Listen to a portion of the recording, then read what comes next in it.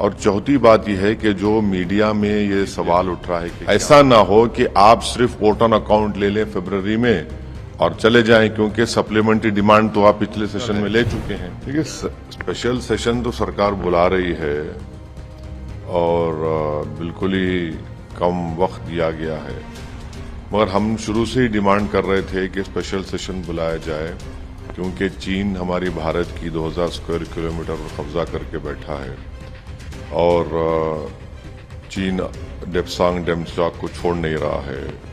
चीन हमको patrolling rights नहीं दे रहा है कोगरा में, हॉट स्प्रिंग्स में, पोंगसोंगसू लेक में। जब स्पेशल सेशन बुला रहे हैं तो उम्मीद करते हैं कि भारत के प्रधानमंत्री चीन के ऊपर डिस्कशन को अलाउ करेंगे।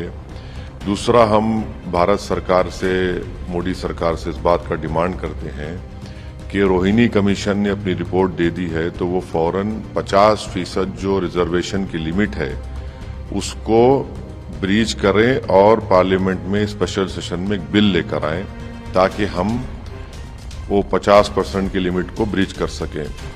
तीसरा, हम इस बात का डिमांड करते हैं कि इसरो के साइंटिस्ट को और नीरज चोपड़ा को पार्लियामेंट में बुलाकर उनको ऑनर किया जाए। ये बड़ा अच्छा मुस्बित पैगाम जाएगा।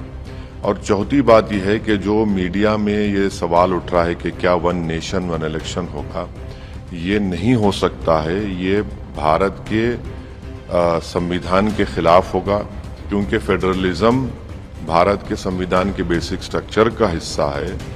और दूसरी बात यह है कि बीजेपी के पास राज्यसभा मेजॉरिटी नहीं है।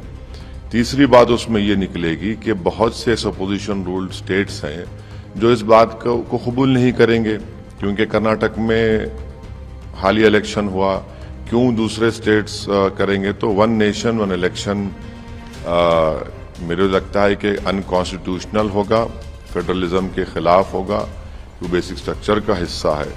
तो अब ये नहीं मालूम कि क्या एजेंडा है, मगर हम मोदी सरकार से आखिर में इस बात का भी डिमांड करते हैं कि वो अभी से ही देश को बता दें कि विंटर सेशन कब होगा, उसके तारीख दे दें।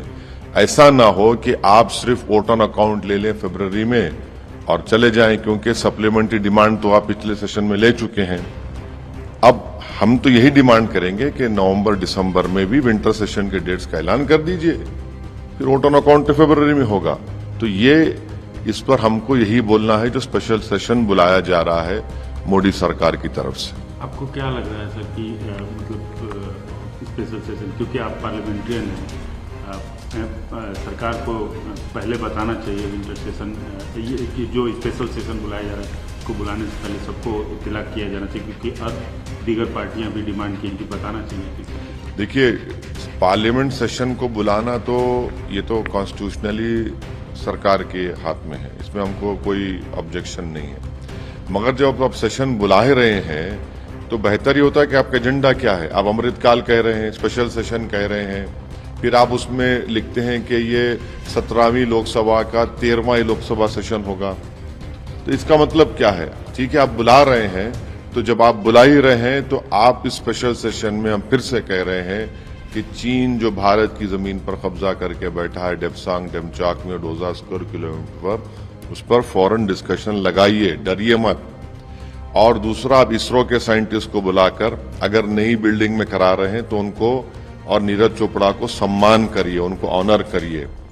तीसरा, रोहिणी कमीशन की रिपोर्ट आ चुकी है, तो हम मोदी सरकार से कह रहे हैं कि आप खुद नरेंद्र मोदी ओबीसी हैं, तो उनको 50% की रिजर्वेशन लिमिट को आप क्रॉस करिए और भारत की लोकसभा में, राज्यसभा में एक बिल को लेकर आइए।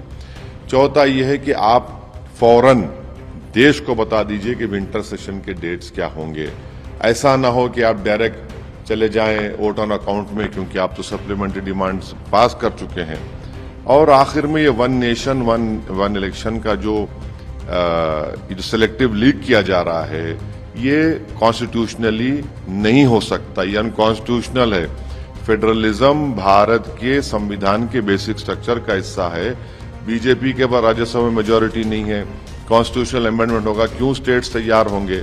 तो हम एजेंडा तो डिसाइड होगा जब स्पीकर साहब के पास मीटिंग होगी या मोदी सरकार बताएगी एजेंडा ही होगा। आप सिर्फ स्पेशल सेशन कह रहे हैं, तो हमको इतना ही कहना है इस बार।